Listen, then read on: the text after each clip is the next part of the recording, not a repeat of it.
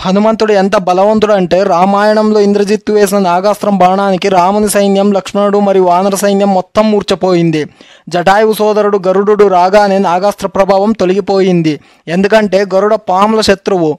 గరుడిని దర్శనంతోనే పాము రూపమైన బాణాలు పారిపోయాయి. అందరూ మళ్ళీ లేచారు. జాంబవంతుడు లేవగానే విభీషణుడితో అడుగుతాడు, హనుమంతుడు ఎక్కడా అని. అదేంటి స్వామి, లేవగానే రామలక్ష్మణుల గురించి అడుగుతారు అనుకుంటే ఇలా హనుమంతుడి గురించి అడుగుతున్నావు అని.